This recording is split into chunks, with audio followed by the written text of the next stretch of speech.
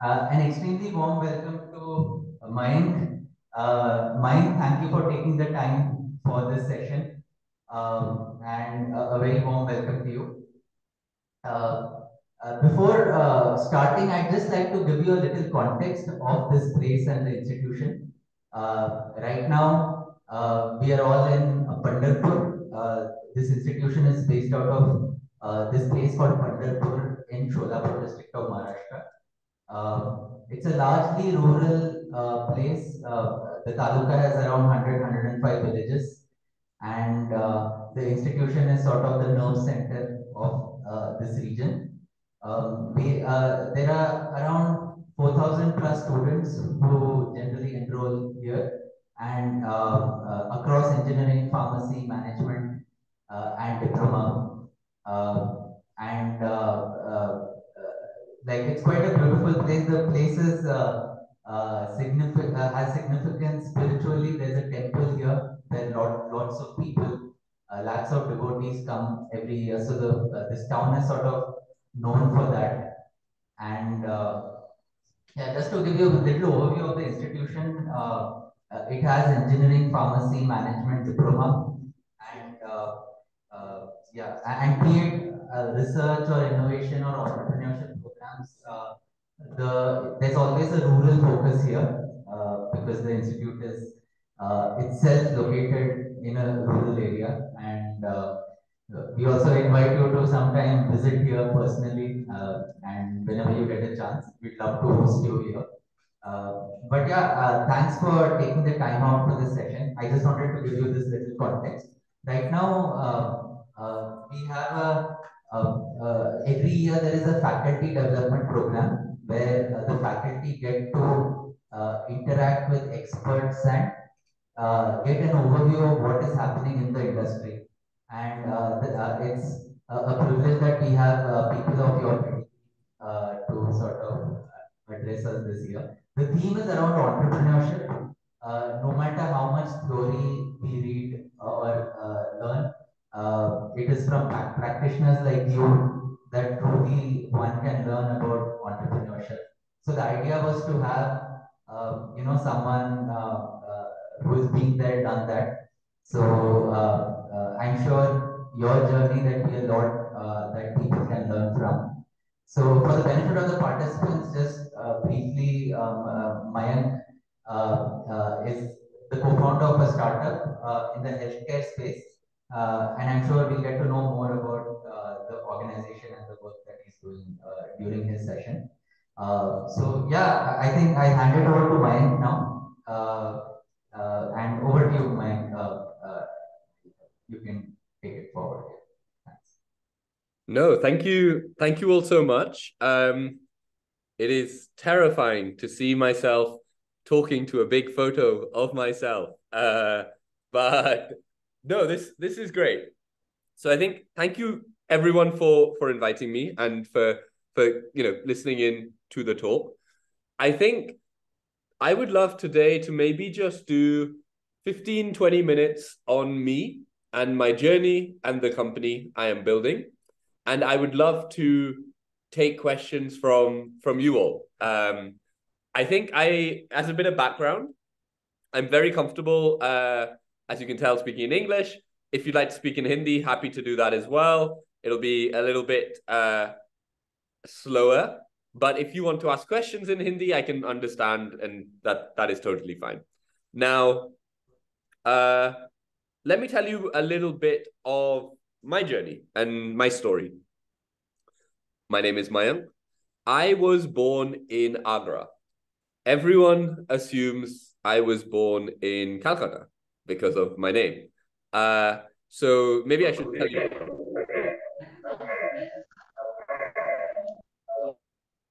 Sorry, is someone speaking? No. Okay. Yeah.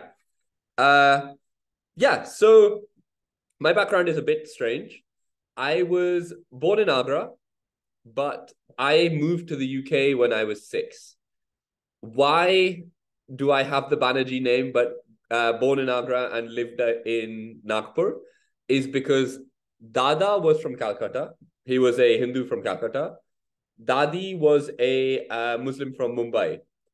When they were 22, 23 years old, they decided they wanted to get married, ran away from home, settled in Nagpur, decided to never speak about their old lives again. And so I have the Banerjee name through Dada, but I've never been to Calcutta, even though one day I would like to. Sadly, I don't speak any Bengali at all, but I think my Hindi is okay. However, I lived in the UK from the age of 6, which is why I have this annoying British accent. It is one I've grown up with. I studied in the UK. So in school, I didn't really know what I was interested in. Ended up deciding that I quite enjoyed politics and kind of the humanities, social sciences. So obviously my dad was very disappointed I was not going to be a doctor. He is a doctor, but luckily he gave me enough he never put too much pressure on. So I ended up going to college to study philosophy, politics, and economics. Now, I studied at this place called Oxford, where I was also president of a thing called the Oxford Union. And there I was given an opportunity. The union is a strange institution. It is 200 years old, and it basically is seen as a way to invite amazing speakers to come speak to Oxford, and students run the whole institution. So I was 21 years old and basically trying to figure out exactly what to do. Ended up interviewing and spending time with I think some pretty interesting people. So someone like Morgan Freeman came, ended up having dinner with him. Eric Schmidt, who was the ex-CEO of Google. Jack Dorsey, who was one of the founders of Twitter, founded Square, and a whole bunch of politicians as well. Now, I realized that some of the most interesting people I had spoken to were not the politicians. They were not the actors. They were actually invariably the entrepreneurs, the ones that had started something from scratch themselves, built it to a scale where I think it really, really had a massive impact on the world. And now I thought were by far had lived some of the most interesting lives that I could see. So that ended up being something that really excited me. And so in my final year of college, I actually started a company. That company was a news app. It was a company called Compass News.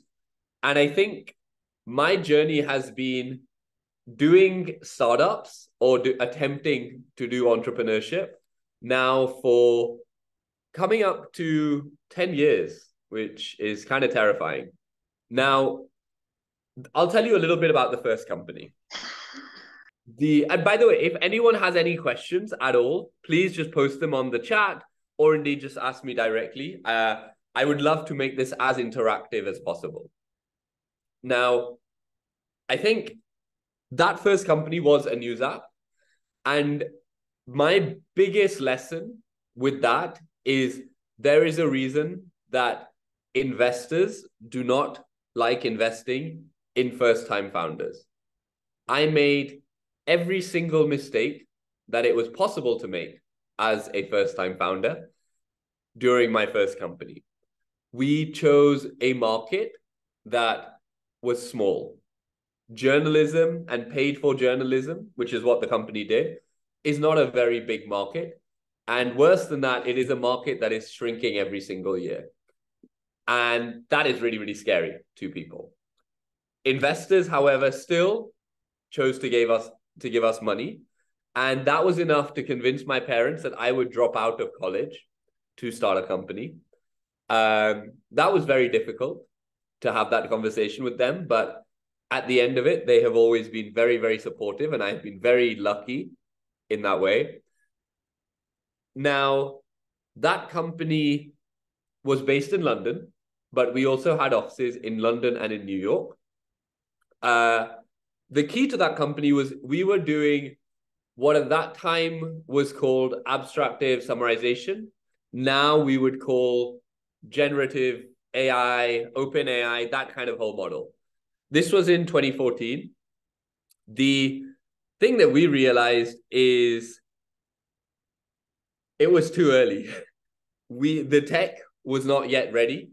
We were trying something that in hindsight was pretty cool, but simply we were not, timing was everything. And I think that is a big thing that I've learned in my journey, is that timing matters a huge amount. And so does luck, I think, if you are to do entrepreneurship. However, despite that, we raised a bit of money. We had what I thought was an amazing team, and we kept on pushing it for about 3 to 4 years.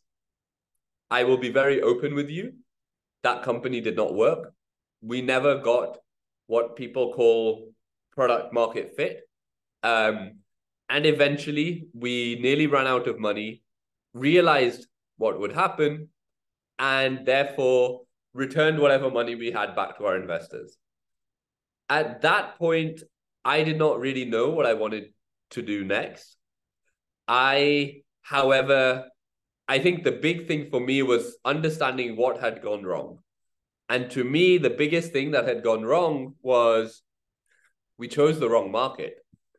And I think that is something that I would definitely kind of, whenever my friends are now thinking about doing their own companies, I would say that the market is so important.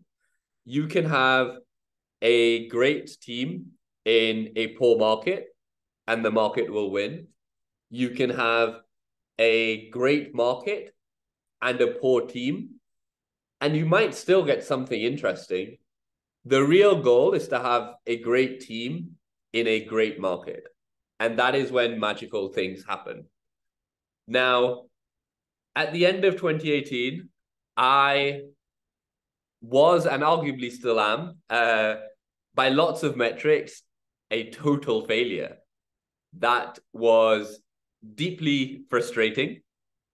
I'd gone to a good college, but I didn't get a degree. I chose to drop out. I'd started a company, but actually the company didn't go anywhere. I had made so many mistakes. And so I think for me, the next thing was to say, I don't really know what I want to do.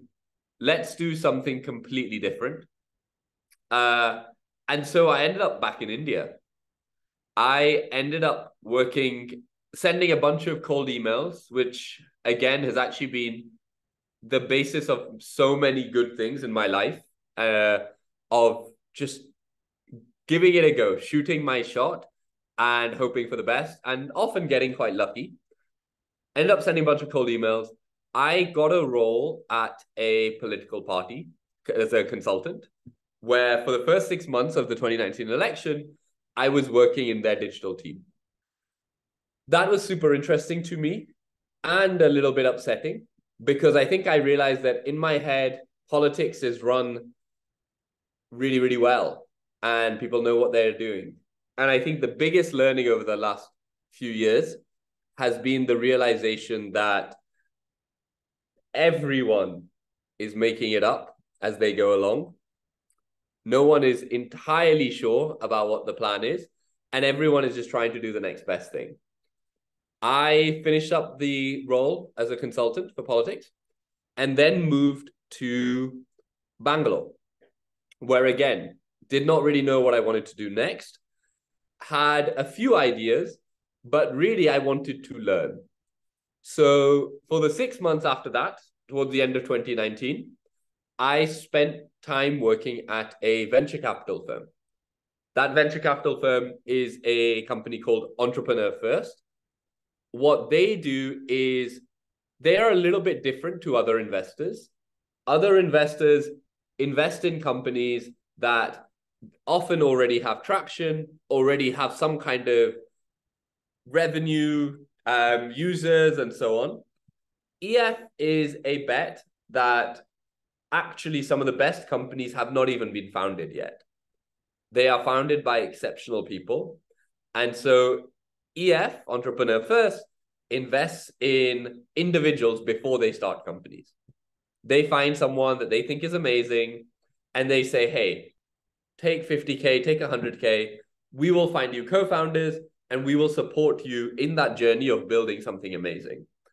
That is I think, slightly crazy way to do things, but it is one that has been reasonably successful for a company like EF. Its companies now are worth, I think, over 10 to $15 billion. And my job at EF was to find those amazing, exceptional people. That was one of the most interesting things I ever did. And I think in hindsight, one of the most valuable for running my own company, because my job was literally to find amazing, talented, exceptional people. That is something that, as you can imagine, when you are building a company and when you are trying to hire for people, by far the most important thing that you will end up doing. So I did that. Towards the end of EF, after 6 months, I knew that I wanted to start another company. I also knew that I had learned a little bit about hiring and what great talent looks like through my time at EF. I had learned all the mistakes in my previous company. And I think I knew that this time round, I wanted to choose a big market, a market that is already big and growing and is one that would be around for decades. And so ended up starting, I also knew that I had a personal experience of healthcare. So growing up, I was very, very close to my Tauji, my dad's brother. He was someone that was like a second father to me.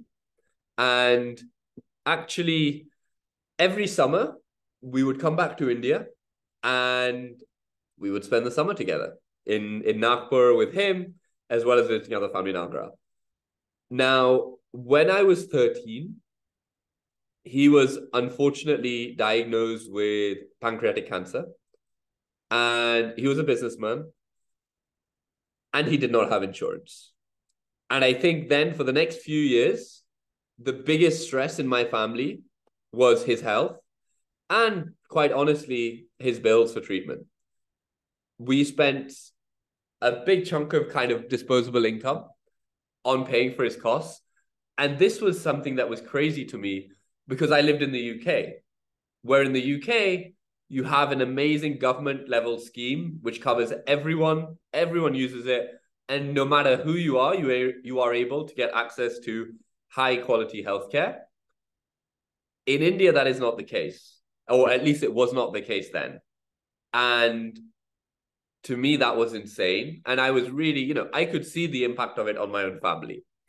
That is something that kind of was really a formative experience for me, because at 13, you are maybe just starting to have your own thoughts, starting to become a human, an adult.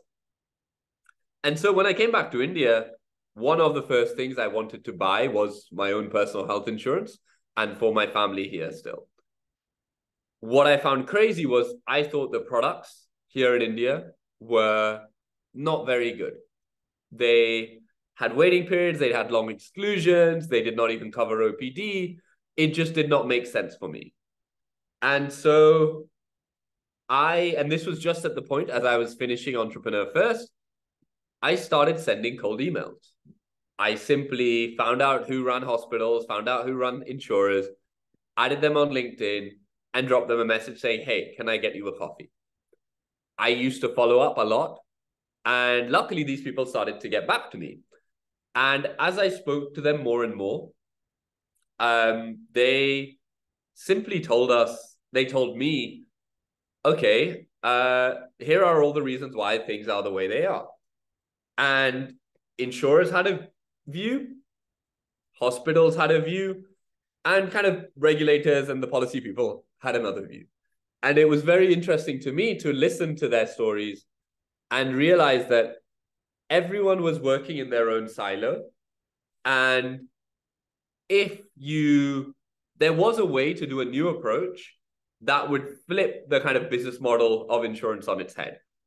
I think the problem with health insurance in India is it's not really a healthcare product. It is basically just a financial product. And that means that you have all the downsides of insurance. I think we as a company decided to build this thing called Even. It is first and foremost a healthcare product. Our goal is to find ways to keep you healthy. We have in-house doctors, or something like 25% of our team are clinicians. And over time, we work with our members to find ways to cut down their healthcare costs. We also work with partner insurers because insurers love this. From an insurance point of view, this is a great thing because it cuts down the amount that they have to pay out for healthcare costs. And so our business model is very aligned. Sure. Walk you through in terms of a demo, Kansha? Yes, like a demo would be great if you could walk us through a demo of your product. Okay, so this is the thing with insurance, right? You can't really demo it. And I think this has actually been one of the hardest bits of this company, which is often you can do a free trial, right? For a lot of products. You can, if it's a physical hardware product, you can touch it, you can feel it, you can experience it. Same thing with a service. Insurance is one of those things where you buy it, and in some ways you never really want to use it. I think one thing that I can do, hold on, let me just find a way to share my screen. I can take you through the current website and what exactly we do.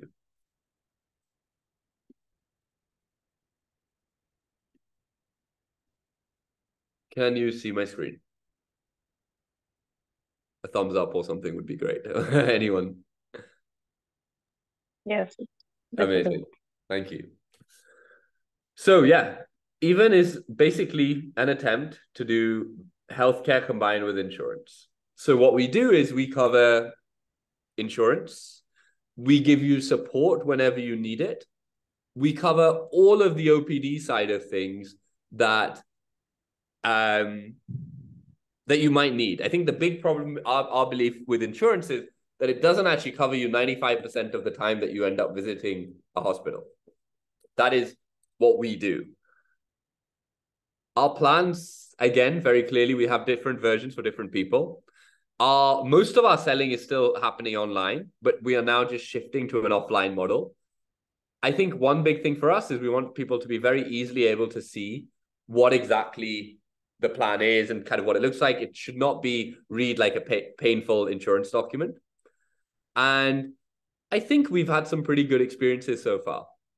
These are all real reviews that people have sent and talked about us. And I think the key is to find ways to separate and stand out in what is a very, very competitive market. The key for our company is the healthcare piece. So we have a team of doctors that I will show. I'll come back to this. We have a team of doctors that are allocated to each member whenever they sign up. And that includes psychologists, nutritionists, diabetologists, effectively people whose job it is to understand what are your healthcare needs right now and how can we find ways to keep you healthy. I think we also have a little video that maybe... Can you hear this? Are we able to see and hear this? I can't quite tell. Yeah, we're able to see it. Okay, perfect. Can you hear it? Oh, perfect. So this will tell you a little bit about what we do. Health risk management program. So with managed care programs, we make sure that the smallest symptoms are picked up early and treated and do not become critical illness. You can come to us when you are ill, but even when things are okay, we are here. So when you sign up for a managed care program, we're going to start off with a kickoff consult. And we want to know everything about you. We identify those risk factors by going through your entire history. It could be your medical history in the form of your diet, your exercise, lifestyle related risk, any medication history, or any chronic illnesses. so sexual history, all of that. So we are going to get the information, the kickoff consent, and then prepare a personalized plan for that. There's a whole personal team dedicated to it. It includes the doctors, of course, but it also includes dietitians, psychotherapists, nutritionists, physiotherapists. If you name it, we have it. We at Even keep in touch with you on a regular basis through teleconsultations and tests and ensure that your small symptoms do not grow bigger and land you up in a hospital. In the diabetes managed care program, we're all going to be working together to mitigate the risk, which will include tests, consultations, follow-ups even, trying to not only optimize their sugars and other risk factors like blood pressure or cholesterol, but also teaching them hacks for dealing with their diabetes. So when they're traveling, when they're busy, they know what their goals are, what they need to do to keep the disease in check. We've always known prevention is better than cure at Even. That's what we put into practice. So if you like, take an apple every day, but talk to the Even doctor anyway. This is healthcare as it should be.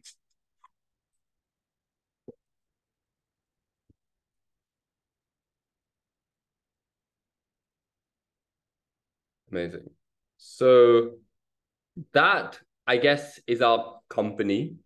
I will also walk you through maybe a little bit of where we are as a company. So we started off and we were looking for investors, and we were able to get some pretty great investors like Vinod Khosla, who is our main lead investor, who is also the founder of Sun. He has a fund called Khosla Ventures.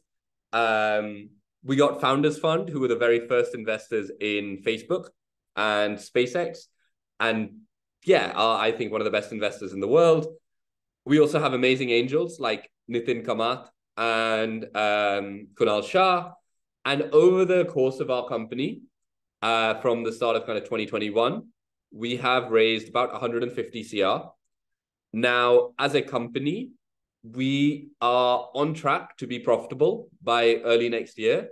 And we are making about, this month we'll probably do between 4 and 5 CR a month. And we are growing 20% a month.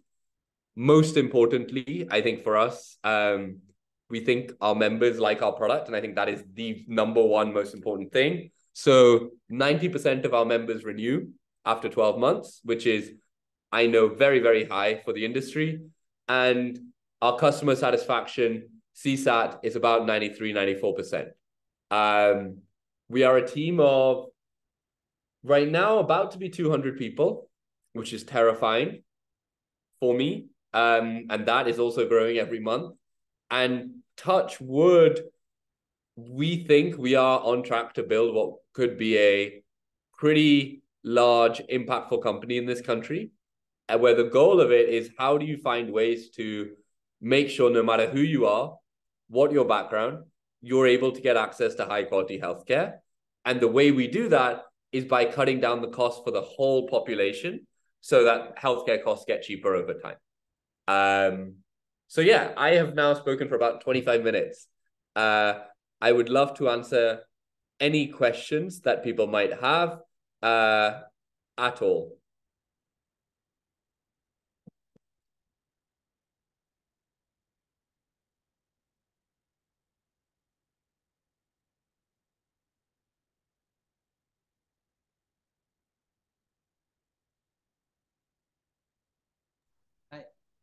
Hi.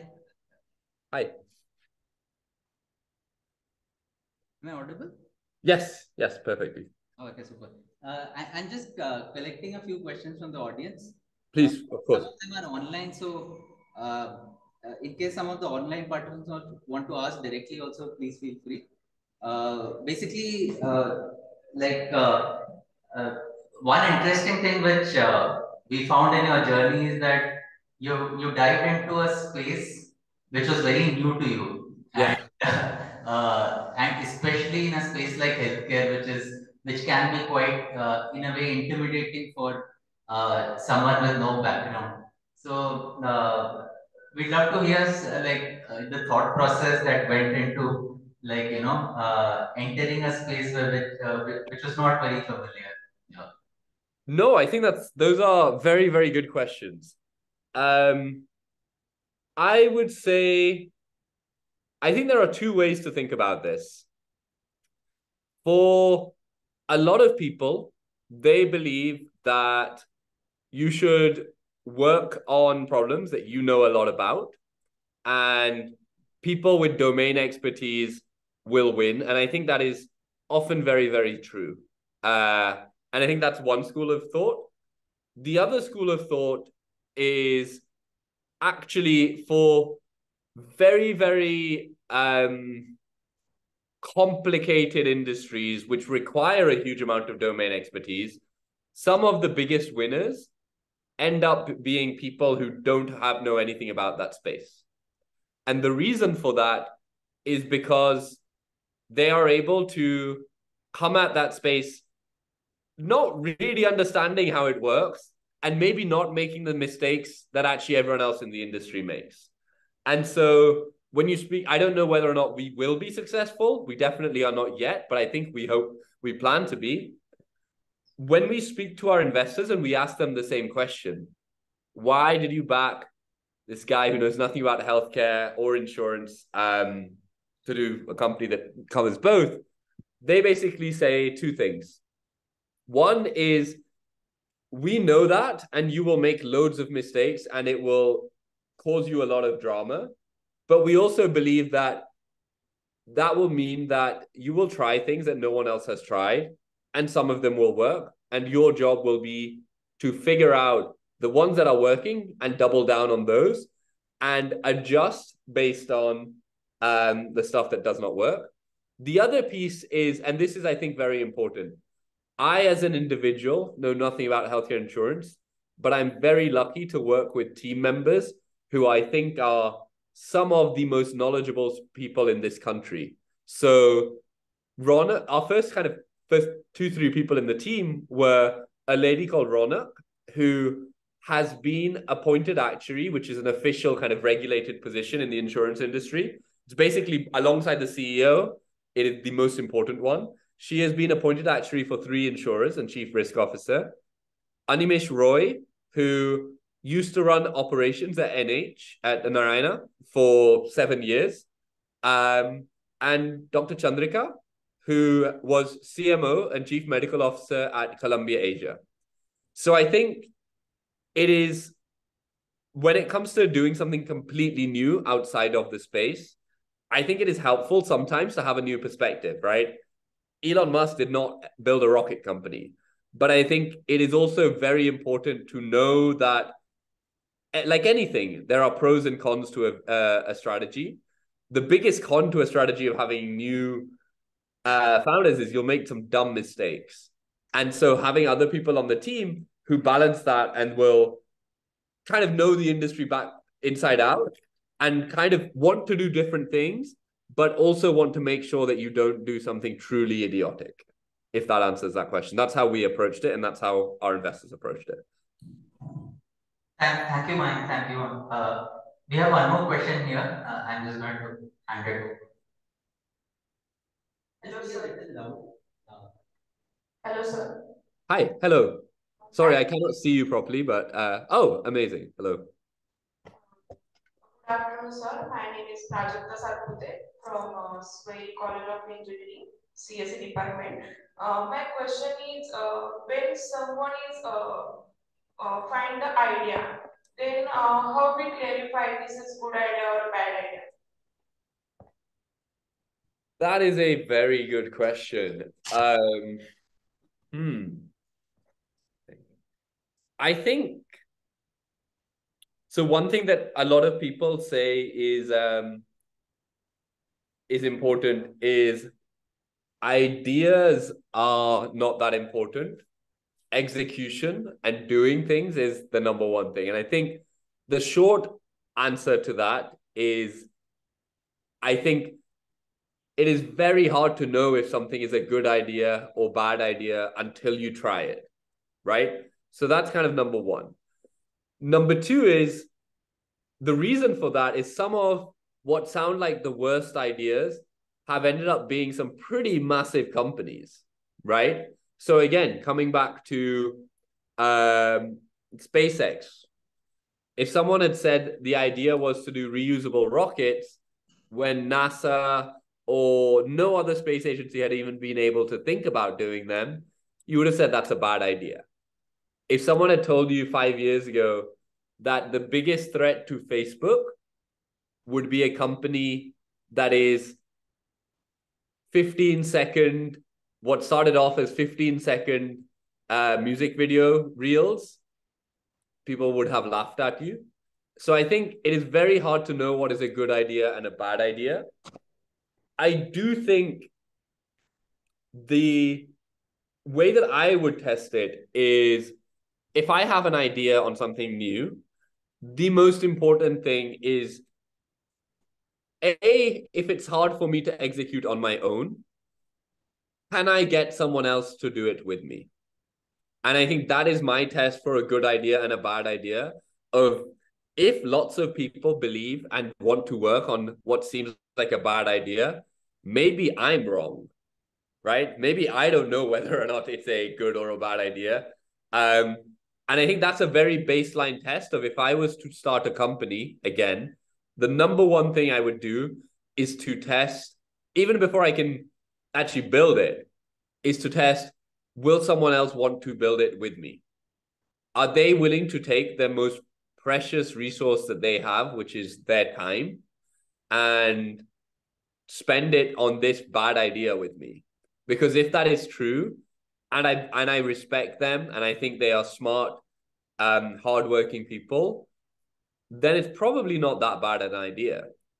Similarly, if I think something is a good idea, and everyone I speak to tells me that it's terrible, and more importantly, if I ask someone who I want to work with me on it and they say, no, this is moronic, then I think there is a higher chance that it is a bad idea. But I think like anything in entrepreneurship, there are always exceptions that prove the rule. And yeah, I think it's very hard to have a simple, easy rule. But my thing would be, can I convince someone to invest their time and money into an idea? If I can, it might be a good idea. If it's not, it's probably a bad idea. That is my attempt to think about that question. Thanks, Mike. Right. Online participants, also feel free to share any questions that you may have. I think we have time for one or two more questions. So,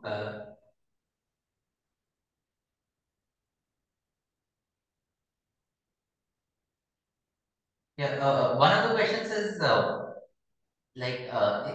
especially the context here, it is sort of situated in a rural area, the institute. What is some of the things, healthcare trends you're seeing which are relevant to like the smaller towns and rural areas of India? Any thoughts around that? No, for sure. I think that's so. Even the membership can be bought anywhere, actually. So our thing, I think the big trend that we saw during COVID and I guess afterwards was the increase in people's comfort with teleconsults. And I think even as a company, our doctors are remote.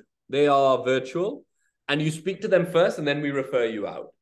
I think the big trend that we have seen is, particularly in more rural areas, people are willing to travel for something when it's important, but especially on the preventative side, I think the big benefit now is actually you can speak to an amazing doctor anywhere in the country from your phone, right? It can be a video call, it can be a phone call. I think that telemedicine is a huge piece that is coming and is already here. I think even our belief has been, people assume that just because something is in a rural area or whatever, that the quality can be less. And I think that has been the biggest mistake that a lot of companies have made. And our belief is, when you look at the likes of Practo and things like that, they sell it on Hey or M-Fine, which I think had its issues. The big selling point is 10,000 doctors. Whereas our belief is, if I'm ill, I don't want to speak to the 10,000 doctors. I want to speak to the good one. I want to speak to the one good doctor that knows what my issue is and how it can be solved. And I think that's why we index on having fewer doctors, but we think higher quality. And I think one of the biggest mistakes that people have made, even when thinking about how to cover telemedicine in rural India, is that people they have any less bar for quality. And I think that is very unfair. Our thing is, no matter who you are, you want to speak to the best doctor. Technology enables it, but it's not about having access to like a bunch of doctors that maybe just left college and now just are doing it to make a little bit of extra money. Our thing is, the quality is still really important. And actually, if you're able to combine the quality with the changes in technology, I think you will be able to far better cover areas in India outside of the metros through telemedicine. And then, of course, you can have a first touch point that is online. And as things are more serious, except that you might have to travel. You might have to, maybe there are certain tests that you need to get done. Maybe there are certain experiences or indeed doctors that you need to come see. And I think that's really important. But number one is to say that the big mistake that we have seen is people assume that the more rural you get, the lower the bar for quality. That is not true. But we have seen that actually, if you are able to give access to high quality healthcare and doctors, people like convenience. They want to speak to someone easily without necessarily having to travel 50, 100 kilometers. But I hope that answers that question. Sure. Thanks, Mike. Any other questions? Online participants, I think we have time for one more. Hey, Mayank. Hey. So if I want to say become a member of Even, Yes. what are the kind of packages which are available and how do I access it? Sure. Say that I'm situated out of Pandharpur. So how do I use that? Yeah, so I mean, everyone online has joined, I assume, through a phone. If you go on even.in, you will be able to, if you would like, to be able to sign up and choose a plan. Our plan is not restricted by geography. As I said, the key to an Even membership is you get a team of doctors that are dedicated to you, and they are virtual. So they are available to you on your phone via the Even app.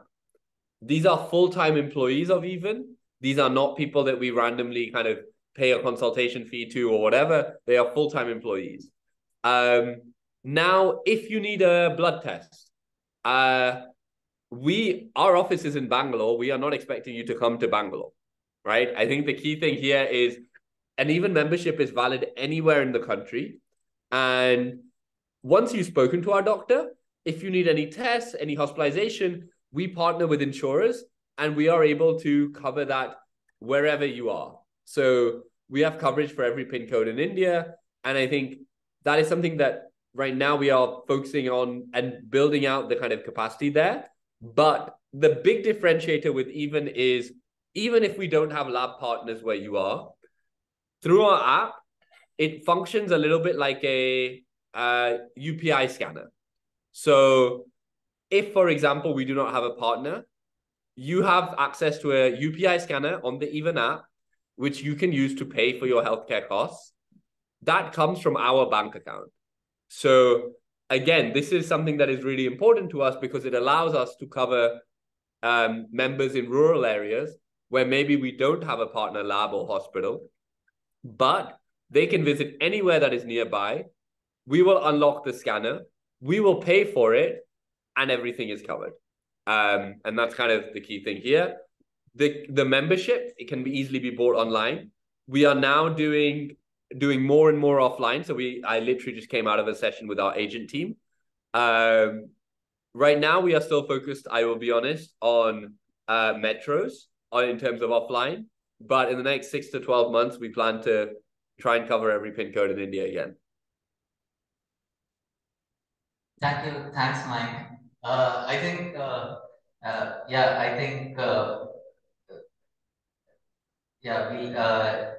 for shortage of time, I think we're going to end this here. But before we end, I think thanks a lot, Mike, for really taking the time out. And your journey was really inspiring. And I'm sure the participants, there were a lot of subtle things that they could take away.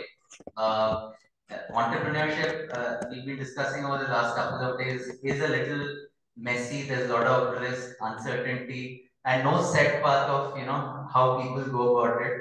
But I'm sure there's a lot that the participants have taken away from your sharing. And thank you for taking your time out here and spending it with us. We also invite you sometime to this part of the world whenever you get. Definitely, 100%. I would love to come and meet you all in person. And thank you so much for inviting me online as well. I really, really appreciate it. Thank you to all the participants. I now declare this session closed. Okay. Thank you very much. Thanks, everyone. Cheers. Bye.